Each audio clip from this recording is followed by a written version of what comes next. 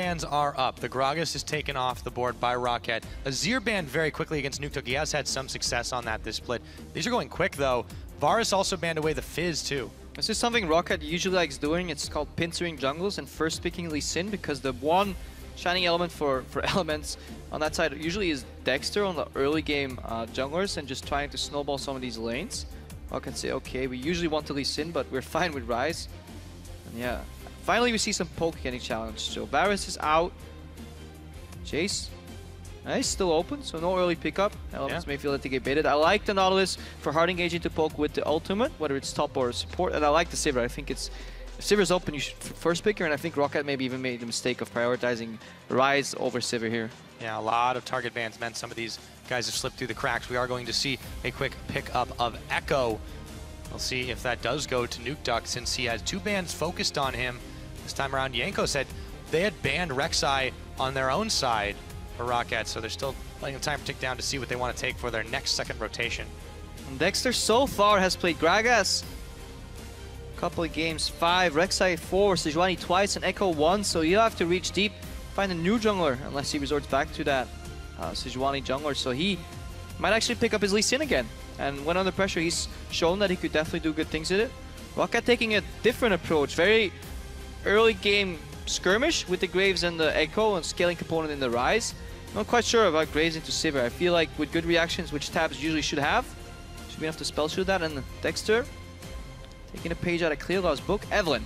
Absolutely. With Graves taken with the Corki still left available too. That is a little bit interesting. So the Evelyn locked in.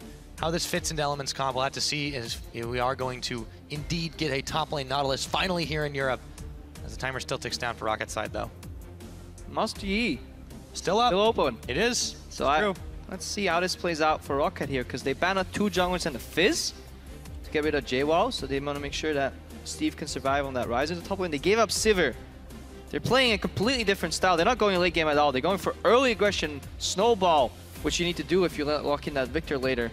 Annie Graves lane, back to Spring, back to aggression, back to AoE wombo combo at level 6.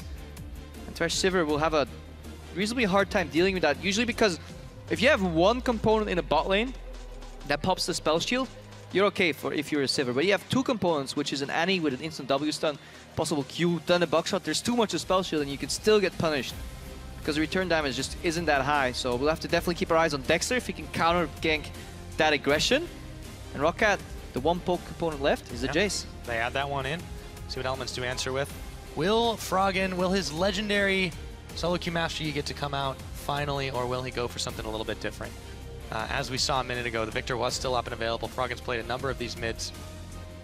As long as it's not another Vladimir. Oh yeah, and we haven't noted it just yet because it's so common to see that Nautilus in support, but obviously since the Thresh is here, this is going to be a top lane Nautilus for the first time, and I feel like it could actually, or expected rather, to do well into the Ryze later, especially combined with ganks, because so much offensive CC. And Nautilus top lane is in a sense comparable to Maokai, that he relies a lot on his base damages, builds tanky, a lot of HP on his side for that shield, and then just wants to snowball that, and just has a lot of crowd control, and he's just a CC bot kinda. So this is really interesting that the Twisted Fate pickup, this gives an extra element, 2 elements of global pressure, not just for his ult, but obviously the Evelyn if you don't know where she is. I mean, there's so much that ROCCAT are going to be uncertain about. If elements don't get quashed quickly, this could be a rough game for ROCCAT. I like the TF pickup because Jace usually sits back a little bit in the mid lane, but you have very, very big aggression coming out from the ROCCAT bot lane, and on top of that, you can really just teleport top lane.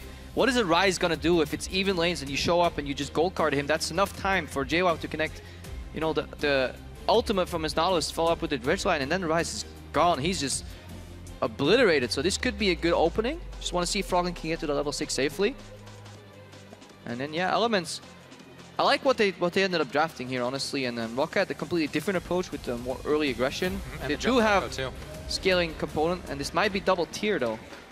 It might very well be. Mismatch, you know, double tier in mid and top lane, whereas their bot lane is hyper aggressive. So that they want to use the Annie Grace to buy some time, get those carries rolling. But yeah, will elements shut the door?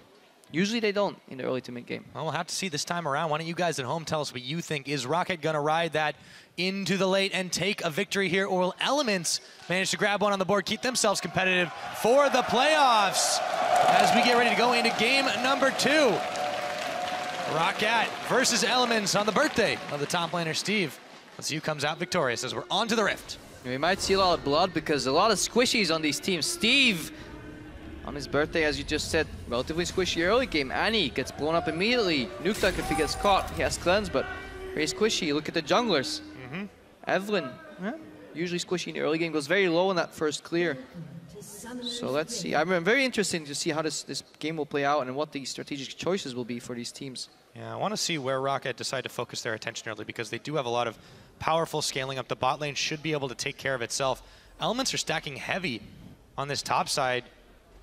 JWoww revealing himself obviously as the top laner is not going to give too much information away, but if he clears Steve away, might be able to go in early, get those wards down for vision. Elements want to swap for multiple reasons. Graves, Annie should beat Silver Trash quite handily.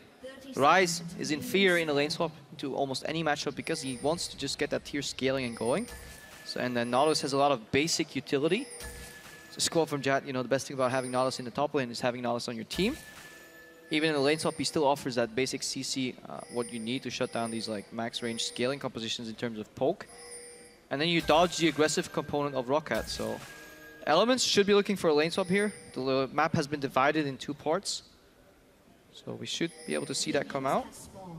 And obviously the Riptide from Nautilus is just so good for double jungling because even level 1, it starts at the 6.7 seconds cooldown, so 7 base, because people are running 5% CDR. That's quick. And as you level that up, it goes down to 4 or 5 seconds cooldown. You can use that a lot, and use that base damage of that to add up over time while you build very tanky. Nautilus scales well with HP on his shield.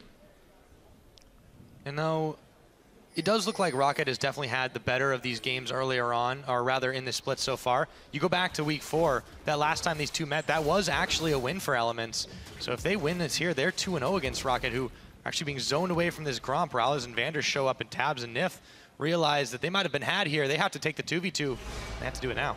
So Elements with an incredibly greedy start. In addition to starting with their bot lane at the weak side of ROCCAT, invading very deep alone, they send their jungler and top laner to start at their weak side. So they start in 2 offensive quadrants, which is very risky. I would have liked Elements just start 4-man in that bottom left quadrant of the jungle. They're facilitating that XP, and then even if you get the 2v2, you at least guarantee that your bot lane can take their Gromp. Elements very greedy and they get punished for it. This puts their bot lane behind in the matchup. Also behind in terms of damage because they just got chunked out. They were late to lane. They lose the lane from position. They lose the lane purely on matchup. So Dexter, he needs like a Hail Mary gank right now. Yeah, he's going in very, very early level 2. See if he can find some damage onto Rallis. Staying just out of range of the vision. Tabs, Nif. They're going to get the Ignite off onto Vander, but Tabs might melt before this is all over. Dexter turns his attention to the enemy. There's first blood. They will be able to take it. Maybe not a Hail Mary, but a couple of points for Elements to start this game off. And this is crucial. Dexter shows up with the level 2 cheese red buff straight gank. Because he had to. Elements, Nif, and Tabs were getting zoned right there, and we saw the aggression from Vander. That works in every case except when a jungler just shows up. Dexter finally using that offensive power of Evelyn and her invisibility to his advantage. This could be enough to snowball, buy enough time in that top lane. We'll have to see. Very, very early on into this one. The bottom laners, or the top laners in the bottom lane, I should say, they're getting off to a rolling start, but it's Steve who's getting himself the advantage. Look at that CS difference. Yeah, he's a 40 CS or 15 CS to 6, and now Nautilus has to CS on her tower, and this is a problem that Elements has very often. Now Nautilus has an auto attack reset on his W, so chooses to use it. Ooh, sloppy CSing by JWoww. Tab shows up, takes a little bit of CS. So that's a problem Elements have very often, is that both their side lanes need Dexter to gank. Top lane plays a poor matchup. Like Dexter, yeah, we need help to stay even. JWoww plays a range disadvantage matchup in the Rise against Nautilus early. Yes, once he gets that level 6 and he can lock down the Rise with the help of the jungler, he can kill him, but straight up 1v1, it's going to get rough. So everybody needs Dexter, but Dexter wants to farm too, so this is a bit of a catch-22. But on the other hand, being on Evelyn means that, you can never really push up too far and be guaranteed to be safe. So that definitely helps unless some deep vision can go in the camps. We know that, a lot of the adaptations against the Evelyns we'd seen earlier this year have been as easy as ward the enemy jungle. Yep. but it hasn't happened yet for ROCCAT. Works against any of your jungle, but so much more so against Evelyn. Here we see Froggen with the level 5 roam. So they want to open something up. Tabs is on the bottom. He pushed it out. Nif went missing, but that pink ward should ruin the plans and the dreams here for ROCCAT. Or for Elements, rather. Yeah, but Nif's going to walk in there soon. Oh, there he is. Revealed. Oh, and that wastes Dexter's time in turn. Unless Nif actually backs out and makes Steve feel safe. But Dexter wasting some time in that brush. Tabs can't farm. He's 22 to 33 CS. So that gank that Dexter did to make that lane even in the top lane, that advantage is gone now because they're using resources from that weaker bot lane, moving that to the top lane. Now Tabs is getting denied. Let's see if he can catch up somewhat in CS here under the tower. ROCCAT have really been able to keep Elements' attempts to swap away to advantageous lanes to really a bare minimum. They've really been able to react incredibly quickly, and this is definitely helping them out in the early game. They may be down a little bit of gold from that first blood, but apart from that, very, very close. See, ROCCAT made a good read in the early game that Elements was going to swap, but Elements could have countered that read by just simply 4-man starting that Gromp and Blue buff together. I can't stress this enough. That was a big mistake, a very greedy start from them, and you don't have to do that. Lane swaps are so easy to play out if you just put 4 people together in the enemy's jungler, because then you share the camps, you get the camp on your bot lane, they can move in anyways, and even if they're late to lane, they'll still even on XP and they just get pushed in. Then they're fine, and then your top lane and jungler can hand over the experience. Top lane goes to bottom, that's fine. Jungler goes back into a full jungle in his backside, which is safe to take because it's at your side. Elements could have done all those things. They got greedy. And they got punished for it. So ROCCAT will be able to have the advantage in that bottom duo lane for quite a while now, unless some help comes in the form of Dexter, who's definitely been a little bit more topside even when the duo lane was there. Jankos, on the other hand, he goes in, throws the ward down, spotted immediately by Froggen. Has hit level 6 now. He has the Destiny available. Apply some of that more globalized pressure. Let's see where they decide to use it, if at all. Yeah, we're not going to kill Nukeduck in the mid lane unless Myth roams and then Dexter flanks from the other side because he has that cleanse. So in return, what are you going to do? You need Froggen to TP somewhere. JWoww is still looking for that level 6. Once he gets that, maybe they can combine the Destiny upwards. Nukeduck's doing his best thing of playing as aggressive as he can. We might see a play here. Destiny's available. Dexter sneaking in. Looking for Steve. There it goes. They're going to turn their attention onto him. Froggen comes around the back. They will take him down. 3-man stack. While ROCCAT was trying to do same thing on bottom. Now Nukeduck, he was pushing that mid lane already, so he got some damage on that mid lane tower. You always want to cross map. Usually what mid laners do against the TF, if he goes top, you push in mid, damage the tower, and then move bottom, and either steal the blue buff, for example, or dive the bot lane. So Tabs right now, he's on panic clear duty. He wants to make sure that wave never enters his tower. Doesn't want to get dove. JWoww, good aggressive flash there, and Steve honestly played up too far forward. Should have been aware of that level 6 timing, because it's pretty obvious, JWoww, on the CC bot like Nautilus with the Destiny out, you really want to call whenever Froggen moves or disappears even a little bit from mid lane, just back off, back off, back off. Too late, and good opening by Elements. Yep. 2 kills to 0. They have built themselves up a little bit of a goldie despite losing fairly handily in that bottom side. They're still staying relevant. And the other thing about this Sivir, you don't have to get ahead on it. As long as you can be relevant enough to press R when you're all grouped up, you can still get that utility. Yeah, Sivir is fine playing with a mild CS deficit. However, the Rise getting free farm. Yes, he died, but he's not going to die again. Usually in the top lane of your, back in the day, whenever somebody died, it was very heavy 1v1 matchups. So if you die once, you keep dying. I don't think Steve's going to have this problem, so we'll need to see repeat ganks from Elements to keep him down, because he's stacking his tier right now. Just going to take a look at my screen. He's at, well, not that much, 46. But right, so still be a little while. Still a while for Steve to stack that up. Still, we always know ROCCAT, they like to go for these later game things. Elements has historically been that way as well, but they've kicked it up a little bit early on. Jankos now coming to help up on the top side.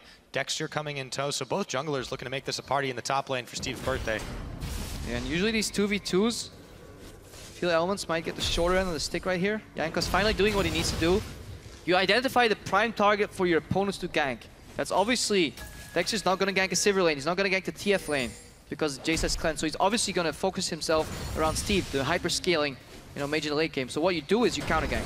This might work out very well for ROCCAT. Sensky in the depth charge, in comes the Evelyn. Agony's embrace, Jankos is too late to the party, however, might be able to finish off Dexter with a bat, but not quite enough.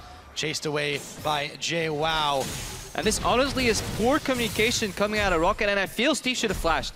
Once you see that Nautilus ulti come out, what you need to do is make it so the play is super telegraphed. You flash out, this buys you another second. That's another second for parallel conversions to be put down on the floor, Jankos to dive in, and you turn that around with massive AoE damage. Steve did 0 damage there. That could have been enough for a sweet double kill here for Jankos, but miscommunication. And playing a little overconfidently there, trusting way too much and being able to time it up. Steve died twice with flash still up. That should probably not happen. I mean, a lot of people talk about how Steve tends to die very early. That was his 9th death in, what, pre-10 minutes or so? Like, that is getting a little bit ridiculous. I just had Spellsy letting us know that pretty much the most out of any top laner in the LCS. Yeah, by quite a margin even. Definitely adds another first blood to that list right here. He was leading the first bloods. The second place was 2 first bloods down. So Steve, yeah, feed. However, he's been resilient. His late game has been better. Yeah, and he's on Rise too, so he definitely has a lot of ability to continue to roll forward. Now when Vander hits 6, this very passive farm bot lane for Elements gets turned upside down because the Tibbers is enough to close the gap, and then collateral damage from Graves with the buckshot can just AoE, just evaporate the Thresh mostly. So when you play this matchup, you want to defend your AD carry, but take one wrong step, Nif, and you're donezo, you're gone. And that's why ROCCAT is now moving their jungle to the bot lane. They gave up on Project Steve. Jankos wants to farm some and get an opening. Dragon, looks like it's going to be procced here by Elements, so they will be able to secure this unless, of course, ROCCAT do make a move to defend. They have 3 members in the bottom side, but they're not going for it. Jankos seems to be a little bit uncertain. He's late.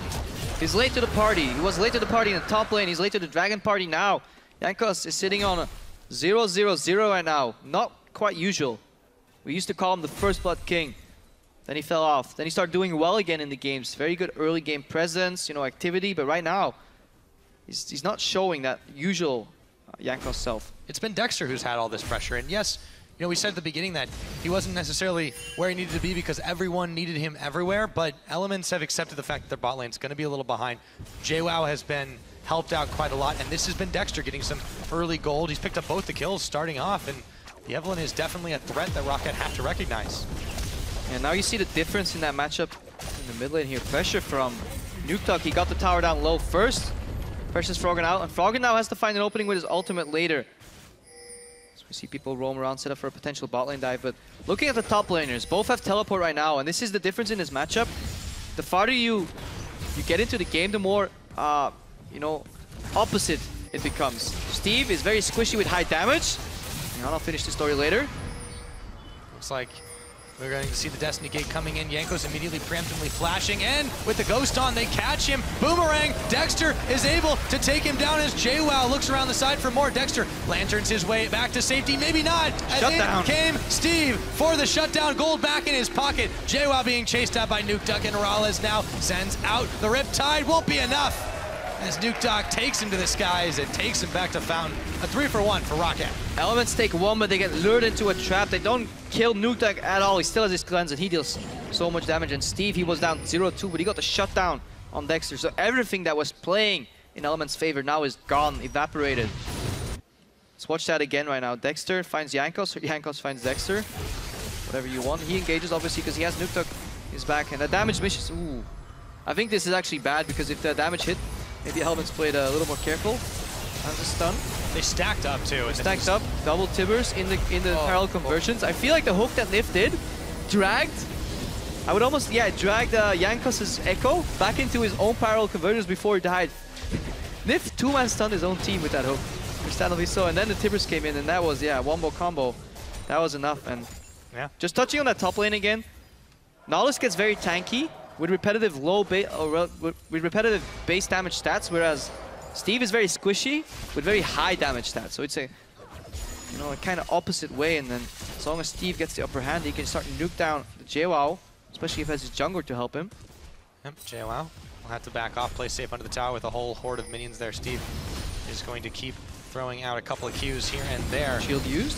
There you go, Parallel Convergence is on. In comes Jankos. He's going to get stunned up. Rune prisoned as well, so he can't get out of it. 2-man tower dive successful. Steve tanking the tower, but he gets another 2-2 now on the rise. Yeah, whoever gets ahead in this matchup will start snowballing. The problem is if JWoww gets ahead, he has a hard time killing Steve on his own, but if Steve gets ahead, can dish out the repetitive damage and whittle down JWoww, eventually with the help of ROCCAT, of Jankos rather. It's that kill. Down in the bot lane, 20 CS differential, Nif, hook goes wide. They're losing a tower in the top lane, they're trying to get one return in the bot lane. Aggression from Elements. Stunned on its tabs, Dexter came in, however, couldn't take the 2v3. The chase sends a shock blast, dodged out by Dexter.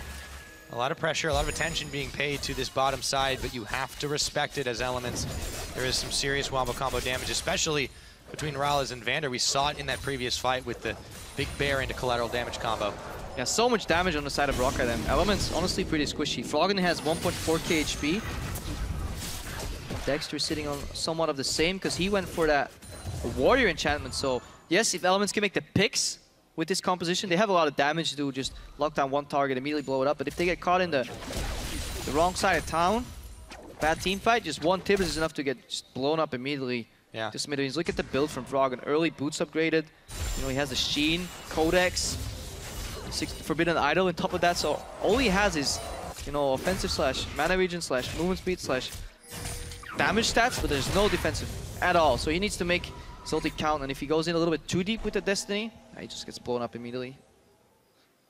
It's definitely a touch and go game for these Elements. They have to respect that counter engage. If they cannot get the pick, it won't work out in their favor. As it stands, 1 tower to 2 in favor of ROCCAT. But Elements have that first dragon, another spawning in just over a minute. So the team's gonna vie for that control in and around the pit. Still taking their time on it. Froggen eats a shock blast from Nukeduck though. Playing very forward, not worrying now the tower's gone.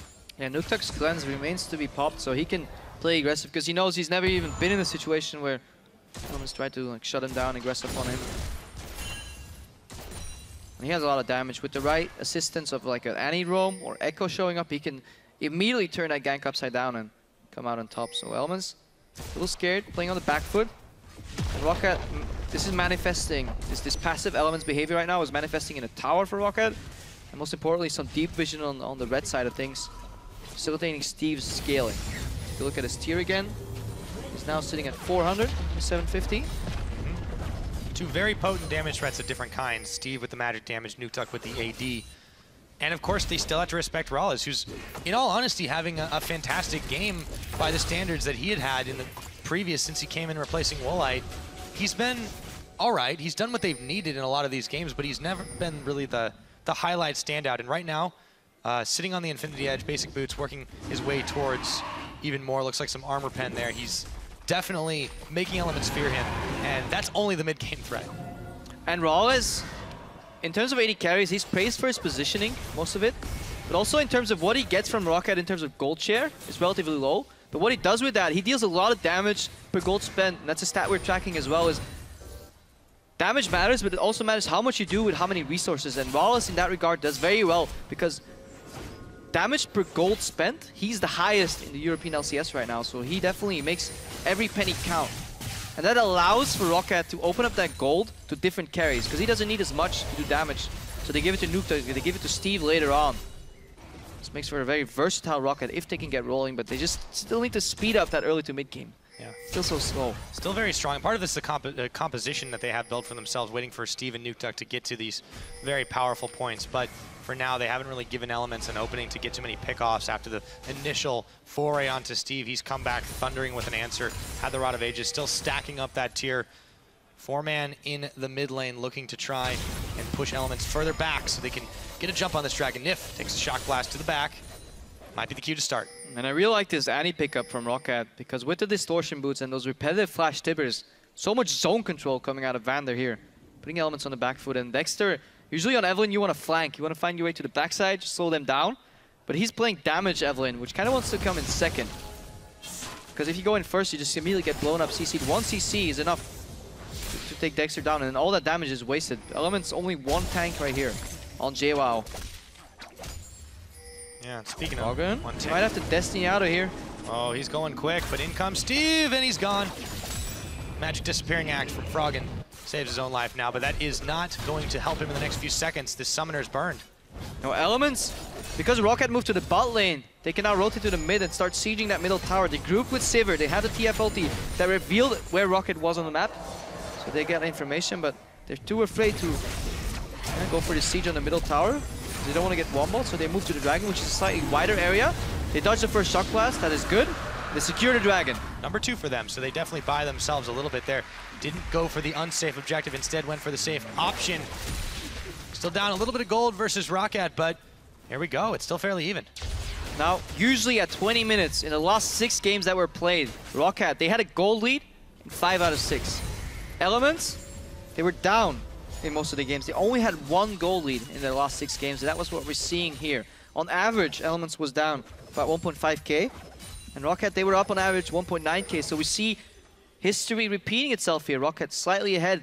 6 out of the last 7 games, they're now, have a gold lead, so it's what we were saying, they have the resurgence. They're getting better and better and better. They just need to learn how to close out these games, be consistent in their snowball. Yeah. Avoid an SK scenario where they kind of throw a bit at the end. And this is what ROCCAT will absolutely need to do if they want to compete with these other teams right in the middle. We've talked about Gambit earlier. We talked about Unicorns after they picked up that win just before this one. And if ROCCAT want to separate themselves from the pack, they need to be able to do that to close effectively. Right now, Elements, however, back to them. They're pushing on the top side. Steve and the rest of the crew are looking for a possible counter engage if they go too far forward. Parallel convergence, stuns up. JWoww, but he takes the Thresh Express. Back to the rest of Elements, and that will be a no-go for now for ROCCAT. Dangerous games from ROCCAT, though. They overplayed their hand a little bit because, remember, Mr. Wallace, he was down in the bot lane. He might be gold efficient in his damage, but if he's not there, won't be doing too much damage. Froggen obviously has that global repositioning tool, but it becomes very hard to use as long as this middle tower is alive. Once the tier 1 in mid drops, you have the opportunity to open up the map and you can make a lot of better rotations, just pick-offs. Just opens up the map, and Elements really need to find a way to get that tower. They got the tier 1 on bot, they just group for the tier 1 on top. Another dangerous one, tier 1 in mid. Now looking to siege tier 2 here. A lot of ROCCAT members. Elements only have JWoww and Nif, but they're looking for Dexter to go for the flank. But Nif is already down. Collateral damage. Dexter turns right around, and down goes the tower. The Tibbers wombo combo. Yeah, Froggen completely out of position in that bot lane. He's not even in range to Destiny on the top lane either. He's gonna push down bot. If you're looking to trade tier 2 towers, Steve recognizes this. This is why you see him basing on your minimap right there up on your screen. And Jace, if you let him uncontested hit those towers, and Graves too can just dash in with the E. 2 easy towers for ROCCAT, and Elements dropping the ball. Easy towers for them, taking advantage of the mistakes of Elements, pulling even further ahead in the gold game. This time they pretty much tripled their lead. Tabs is going to try to make something of it in the mid, but doesn't have anyone else to back him up there. Elements don't seem to be effectively grouping here. Yeah, if you're playing for picks, you need towers open so you can make that distance on the map. You want to make the map wide, spread it out, so members are individually farming left and right, so you can pick them off. Invisible Evelynn, not too many pink wards from ROCCAT. You have the Destiny to reposition. Since the laning phase, they haven't really had to worry too much about Dexter. His pathing has been a little bit odd, I would say. I don't think it's odd, he just got put on the back foot because whenever he gets an advantage, Elements as a team managed to nullify. He's involved in every single kill for Elements so far, 3 1-in-1. They went for one play where they reached too far into the cookie jar. They got their hand caught. ROCCAT turned that around, 3 kills for 1. That was a key moment of the early game right there. Right now, he's looking for a new opening. He's getting slowly more tanky though. Problem is he has to build both against heavy AD and heavy AP. Steve and Nukeduck dealing a whole lot of damage. Yeah, just look at Froggen's HP bar. One big shock blast, all it takes. You can't group up too much against that either, and you can't go solo because Steve might be able to just find you out. Meanwhile, some counter jungling coming in for Jankos, flanked by Nukeduck and Vander. Now they turn their attention towards the bottom side. Wave pushing in the mid. No one there from Elements to defend it. They're going to stack 5 members. They have wave clear though. They do have wave clear. So ROCCAT recognizing that there's enough wave clear, they can't really commit to a Tibbers dive either. They have to back out, get out, and we're setting up for a relatively passive mid game. However, a lot of wards on the map for Elements, but mostly defensive. If you look at it, all those little red dots on the map earlier in their own jungle, couple them. The other person's blue, but they're not really spotting too many ROCCAT members with their wards. And you said they need to be able to get these pickoffs, to get themselves in a position where they can take 5v4s, 5v3s, 4v3s, etc. They haven't opened those opportunities because they haven't been placing the wards down. It's been difficult for them to really do much, but grab a tower here and there while ROCCAT are back to base. Yeah, mainly they haven't found an opportunity like that because they have no split push advantage. It's very easy if you play a pick comp, if you have one guy that can beat his direct adversary. Say JWoww is so far ahead of Steve right now that he can push him out of the lane. That you can set up plays like that, chain reactions, you know, move Steve in, move him out, try and catch somebody off guard. But Elements is constantly on the back foot. Whenever somebody from ROCCAT shows up, they have to disengage, move away. They do indeed. So now they try to make a play down bottom. There's still some duo lanes for the defense. It is Rallis and Vander sitting there, and let's see if Froggen can maybe get the jump off him as he stands around the side. No, he's just going to back away. They're really just trading farm a little bit back and forth now. Elements still unable to find anything 25 minutes on. They've got the Dragon advantage, but that's about it. It's so hard for ROCCAT to find an opening right now, but they're fine scaling. They have a Ryze and a Jace for late game. They have no worries going to that late game. Perhaps the Graves falling a little bit behind. They took 5 towers already. The only tower left is that tier 2 tower in the bot lane, but it's so hard to reach because overextending on these lanes makes you prone for these pickoffs. So they're playing with the necessary respect. They're just waiting until Baron becomes an objective, or potentially force, you know, a group of elements on this third dragon. I think that might be the way they do go for it now. A lot of ROCCAT members moving around. However, Rallis is a little bit further back as he goes to take the red buff. He's going to give Elements some time to get into position, but JWoww not there. He's got teleport. Tabs, got to get there in a hurry. Keep your eyes on JWoww teleport and Froggen Destiny this fight. This is going to separate a victory or a loss for Elements because they need to find an opening. Strike before ROCCAT know what's coming, but it seems not going to be the case. It's going to get taken out. Dexter steals! Stolen by Dexter as he takes the Lantern out. 3 dragons to 0 now for Elements. And now Froggen's rotating down a bot lane. There's no more objectives here to take as ROCCAT already destroyed his towers. They may be heading into a Baron for a bait, and then we'll see Destiny used from Froggen, and it's his choice. Am I going to continue or ulti out? Froggen will probably use his Destiny very, very soon. He's able to take that one tower, but the Baron is there we go. by ROCCAT. A lot of damage. Destiny thrown down for the global vision. Baron at half his health. Yanko's tanking it all up. What's going to flash over? Going in. Nif goes forward too fast. He gets popped. In comes Tabs. The bear is down. Yankos is going to get popped, however. 2 members of ROCCAT already taken down. Steve, he's taken out for a double kill now as Elements all of a sudden turn their attention to finishing off the Baron and get it. What a fantastic play from Elements right here. Really beautiful sequence of events, and it all starts with that Dragon Steel. Let's watch that again, because this is where we got. Froggen got the tier 2 tower, and watch in the top of your screen right now. JWoww's gonna flash over and get the perfect ulti. Rallis dashes into his team. Look at that knockup. So many people get popped in the air. That's enough. Because this is why ROCCAT was avoiding this Baron, because you drop so low and you're so prone to counter-engage. See, I would almost call this a throw. Honestly, for me, ROCCAT would have just yielded. They said, okay, we lost the Baron, you know. It happens. Back off. Send somebody down to bot lane to deal with Froggen, but good pressure from Elements. Not only do they get the Dragon, they were thinking ahead of the game as well. Froggen immediately moved down to the bot lane, started pressuring that lane, that tier 2 tower, because he knew he had Destiny to join at the Baron. Good sequence of play on the map from Elements. And yeah, obviously ROCCAT gifting them that fight. Definitely good. And the Baron too. Good ulti by JWoww. Contest is enough. Him coming out of the wall, out of nowhere, caught ROCCAT like with their pants down. Yeah, they really didn't expect that at all, and as a result, Elements secure a Baron far earlier than they're used to doing. Usually is a long, long time before they go for it, but this time it worked out quite well, handily for them, and they have a massive lead, or a solid one at the very least. Yeah, on average, those first Barons, after the game time's over.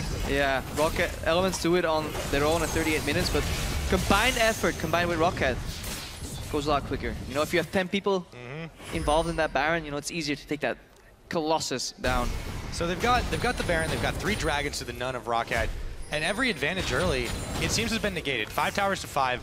Elements, with this Baron, they've got some time on the clock to really start pushing forward, and they don't necessarily need catches. Now they've got some siege. Yeah, now, most importantly, their weaknesses are being covered. Froggen, he was squishy, he has a Zhonya's, he can survive. And he has enough damage and mobility to stay out of harm's way. Look at Dexter, he went Warrior first, but he has the Banshees right now. So that's his magic, you know, and his checkbook. He's like, okay, damage first, check. Magic resistance second, check. Right now he wants to build armor, and then he has everything done. So he's a force to be reckoned with. Elements have the pressure, the gold lead. They might have Rallis too. Hate Spike's not going to connect. No, he dashes away, and he was able to walk away after that. Elements still had the pressure on the top side with the wave, though. Now, Nif should just play back. This strategy should play defensively and be more of a Lantern bot rather than to try and connect hooks. So if he plays on the front, he might need like a 2-man Tibbers. They really need that Lantern to be able to play forward and still escape. They're actually going to take the safe route for now. Let's Rallis and crew clear this one up. with Froggen on the bottom side pushing the wave, you also had JWoww and Dexter into the mid, but they just back away. They're playing the game of feed the minions to ROCCAT rather than try to push in the towers with this Baron. And 1v1 split is definitely what they want to look for, and then they want to ward in between the lanes. Look at the wards that Elements have on their escape path. They definitely don't want to get flanked in that top lane. Froggen's fine. He's just looking for an opportunity to use Destiny. Just want to find somebody that overreaches their bounds. Worst case, they keep this up constantly until the next dragon. That's going to become a win condition for Elements. Once you're at 3 dragons, you get the 4th one and you immediately put pressure on the game. Yeah, and 4 Elements as well. They are not always the team that secures the most dragons. You know, coming into today, they'd only secured about 17 to the 32 of their opponents. You know, that's roughly half the dragon, or rather 1/3 of the dragons in all the games. This time they got 3 to none.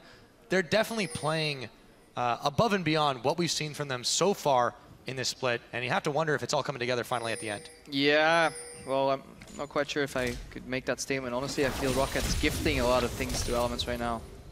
Yes, Elements had a good early game, but they needed that cheesy gang from Dexter in the top lane. Well, not cheese, call it a beautiful strategic opening. Call it what you want.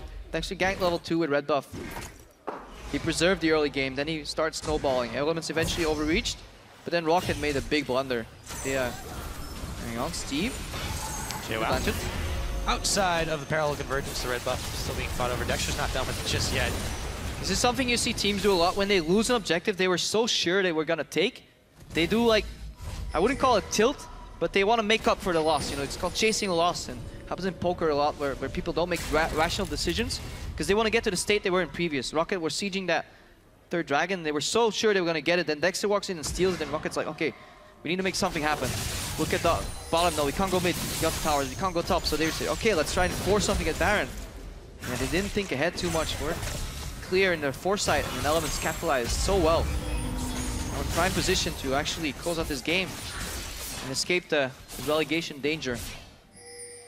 Yep, keep themselves ahead in the books, and for ROCCAT, you know, they need this win, considering especially the Unicorns picked up theirs earlier today. ROCCAT, every single game counts, especially when you have as tough a schedule as they do going forward. 3 of the top tier teams, all 3 top tier teams, still 1 game remaining. The Elements look to start off this dragon this time. Look at the shock blast and the offensive zone from ROCCAT. Are they gonna do to Elements what Elements did to them at the Baron? It's gonna be a tense fight. Everyone's here. The dance commences. Dance of Dragons. Still waiting on the next one as Jankos gets caught in. Dashes away, phase dive. Dragon still being fired down though. ROCCAT may be able to secure this unless Dexter can get it. No! It's taken by Jankos. The fight starts off. Steve has to flash the hook.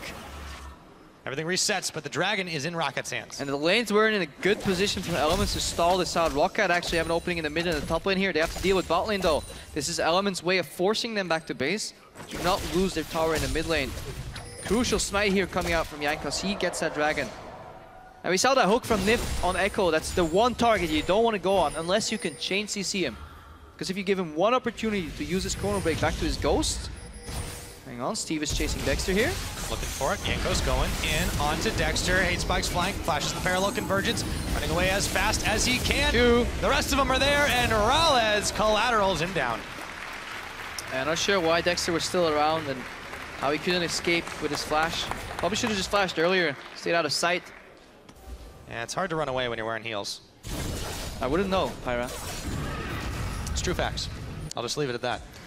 So 1 member down now for Elements. This gives ROCCAT with 15 seconds on this next dragon to set up some vision, but I don't think they'll be making as rash of a decision as they did last time. No, but it buys them time. Dexter falling here is crucial in terms of the tempo. Just ROCCAT knows they're playing 4 against 5. They can move in anywhere. You know, they get those wards down, and Froggen, yeah, he has all those wards in the bot lane. They're no use. Destiny comes out. There's no Dexter this time though. He's back up, but he's had a Watch long JWoww way from Fountain. JWoww sends out the Riptide, gets stunned up. They still got some AoE damage, just trying to buy some time for Dexter to arrive. Nif is gonna get the hook off onto Nuke Duck. Baron is helping him out, but it's taken down by ROCCAT, and Elements suddenly have to bail out. Or do they? Going back in, looking for Nuke Duck. Hook is flashed. On the hunt, they were chasing him down, but didn't have enough. ROCCAT secured the Baron, but they had to get out. ROCCAT secured the Baron, and most importantly, Vander managed to preserve his flash this fight. So we'll see aggressive push from ROCCAT coming out with the potential of a flash Tibbers. Destiny is still down. Suddenly this game got swung upside down again. Okay, they're quite a mirror of the earlier scenario. Now it was Elements losing the Dragon and ROCCAT picking up the Baron. Not exactly in the same order, but pretty much turning itself right on around, and as a result, ROCCAT still behind in the gold game, but they close the gap just a little bit here. It's only about 4,000, a little bit less than that differential, 35 minutes in, and Elements look to be setting up what they hope is a brush bait. ROCCAT move into that area. Aggression happen here. It's good position, honestly. Dexter's up ahead too. With the convergence. ROCCAT's still playing very, very safely here, though. Now Tabs, he picked up a defensive item for himself on the QSS, so he wanted to dodge that, you know, Tibbers, making sure so he can survive, so the Lantern can potentially go to somebody else. Whereas Rawles, as we said, you know, so efficient in his damage done per gold spend, because he doesn't build defensive items. He's building up towards probably likely to be a Phantom Dancer. And if he has the space to move in these fights, he can deal a lot of damage. If he has to be put on the back foot and run, probably not so much. If he can use his dash aggressively, reset it with more auto attacks, and he can actually still dish out good amounts of damage in these fights. So despite the Baron, ROCCAT give up a tower by not defending it. Elements took the long game for that one and were able to take it down. ROCCAT have really yet to utilize this Baron very effectively. They're not pushing deep into Elements territory. Very conscious of potentially being caught out. Yeah, definitely respecting the picks from Element, because all ROCCAT need is one good opening, one Tibbers, one parallel conversions hitting, one snare even from Steve, and then just piling on with the damage, just obliterating Elements. Element's trying to you know, prevent that before he gets set in motion. And the invisibility from Dexter is definitely a worrisome case, but finally ROCCAT push in. Only 2 members here though, but it's being defended by just JWoww. Shouldn't be able to hold the line for much longer. Rawles has some serious damage he's putting on this tower. Riptide comes out, Rawles avoids it. Dragon in 2 minutes now. Dodge the hook. Elements are there for the defense. They've ruined Prison. JWoww, down goes the tower. Shock Blast flying. Hit Sniff again. Inhibitor. I don't think they can defend this one. Watch Dexter flank. Watch at the bottom. This is what we want to follow. Is Dexter going to get the flank off? Yes or no? Running out of time here. Inhibitor will just about that hook's never going to connect. Down. Dexter took way too long on that one. Yeah, his team wasn't in position. Really, the flash from JWoww is what sealed the deal at the Dragon fight, or the Baron fight rather, because you want JWoww to flash in, draw the attention. Then Dexter wants to come in. We said this earlier. Secondary engage. Looking for Jankos. Destiny is on. Can they catch him? Parallel convergence. Hook is going to catch Jankos. Will he be able to go in? He's going to chrono break, but still fall. Froggen had him with the card. Dexter moving in, Froggen as well. Tibbers goes Messiah down. Missed it. No, there we go. Oh no, that was the reverse Messiah where he ultis in, and usually what people do as Froggen picks up his 600 kill in the LCS. Usually what TFs do is they port in and then press Zonia. And Messiah did it first and was renowned to do it. And then people figured out we can do the reverse Messiah. When everybody is expecting you to do it, good supports like Vander, they can, you know, pixel perfect hit you as you land with the Tibbers. So to avoid that and get in too deep, you just press Zonias before you land, and you make ROCCAT look stupid because 4 people converse on the TF Destiny particle. Honestly, it didn't do all that much, but it just looks so funny. But it's a pretty stylish way to follow up your 600 kill. Yep. So style points. Definitely give Froggen some style points for that one. Dragon's coming up in about 30 seconds. They're going to back really quickly, but ROCCAT might actually be to the party a little earlier. Let's see what Froggen can do as he pushes out the bottom side. Staggering the backs, that's what you need to do. A good CDR for Froggen, which means Destiny will be up again, and this is what they need to do, Elements. They want to put pressure on the bot lane, have vision around the mid lane so they see what's coming, play with that information, and look for a flank. You know, Dexter, you don't want to get him storm the front. You want JWoww to distract people. JWoww's flash is coming up. If they can stall the Dragon for that flash, that's what they need to do. But ROCCAT won't give them any time. Dragon's going down very quickly. It is picked up. They are able to capitalize quickly, get themselves number 2, delay that aspect that is so crucial to Elements here.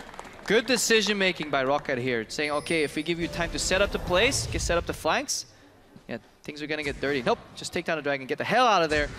Avoid that split push from Froggen, avoid that flash from JWoww, avoid that flank from Dexter. 2 to 3, and Myra, we said it, we're in for a long one. Oh yeah. Oh, very, very interesting back and forth too. I believe you said in Champion Select, excited to see what Elements can do with this comp, and what ROCCAT can do with theirs a little bit different as well. It has definitely been a big game by all accounts, 39 minutes in. I don't think either side played the compositions to their perfection, but there's a decent amount of respect coming out from ROCCAT. Some solid plays from Elements with the occasional, you know, overreach. So I think both teams are playing on the same level, respectively, you know, of League of Legends. But vying for those middle spots in the playoffs. Yeah, honestly, remember where we are in the standings. ROCCAT was tied for 5th coming in this week. 5 wins. Gambit, Unicorns of Love, and ROCCAT. But of course, Elements, they might have been down in 8th, but that is only 1 game apart from those teams right in the middle. So everything counts. Everything can change the balance of the standings. Just 1 game is all it takes. And Yeah, we're definitely. approaching 40 minutes for that. For ROCCAT, if they drop this match, Elements ties them, I believe, in the standings. I know it's a tiebreaker. Suddenly from being 5th place, they dropped down to like tied 6th almost because the Unicorns just hopped up 1 win. So everything can shift so much. As Shock said over in the opening of the shows, everything is in flux in our middle of the table. Fnatic, they don't care. Fnatic don't have too much to worry about, that's definitely true, but we'll get to that one a little bit later in the day.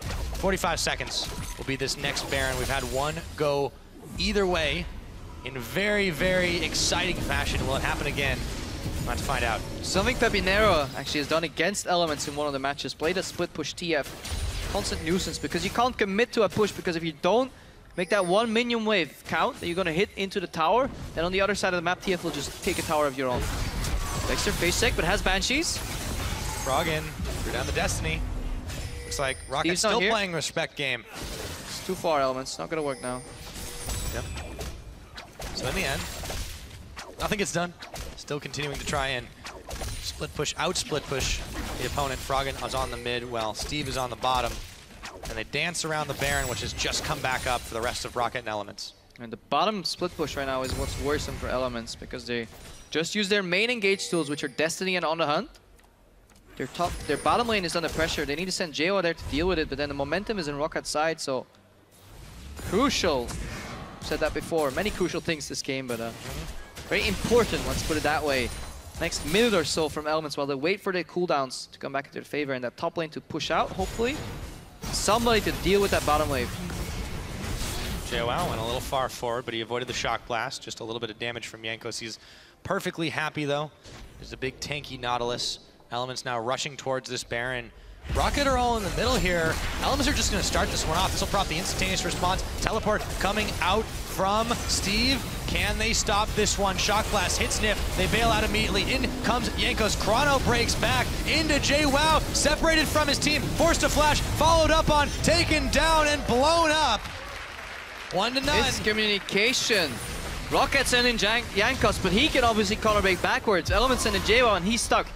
And now On the Hunt have to be burned again by Tabs as it just came off cooldown. The Thresh Express getting Elements, the rest of them out of danger, but they can't afford to leave here.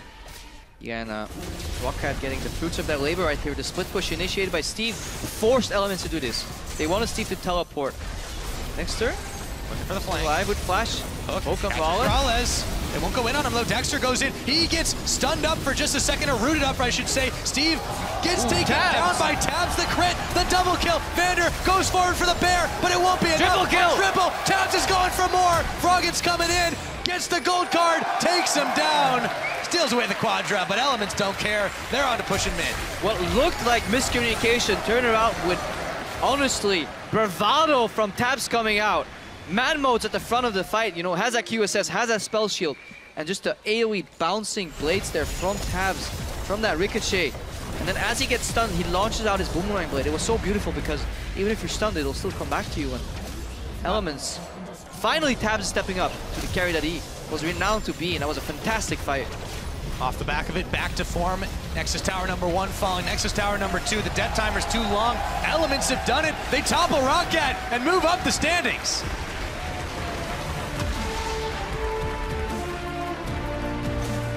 And to win that fight 4 against 5, defying all odds right there, ROCCAT, they thought they had it, you know, they just took down the main tank, the main engage. They had Elements backed into a corner because they could see whenever Evelyn came in. But good format ulti, I believe, from Dexter right here.